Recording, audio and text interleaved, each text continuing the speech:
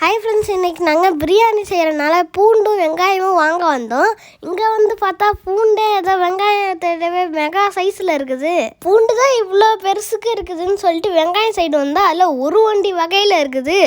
Sweet onion வச்சுருக்காங்க. கேசரி மாதிரி ஸ்வீட்டாக இருக்கணும்னா தெரியலையே. Red onion, yellow onion, white onion கலராக வச்சுருக்காங்க. இந்த ஒயிட் ஆனியனை நாங்கள் தான் வெயிட்டு போட்டு பார்த்தா அதில் 800 கிராம் வருது. இதான் ஸ்பானிஷ் ஆனியன். ஸ்பானிஷ் மெஷர்மெண்ட் தெரியலையே. 600 கிராம் 160 ரூபா.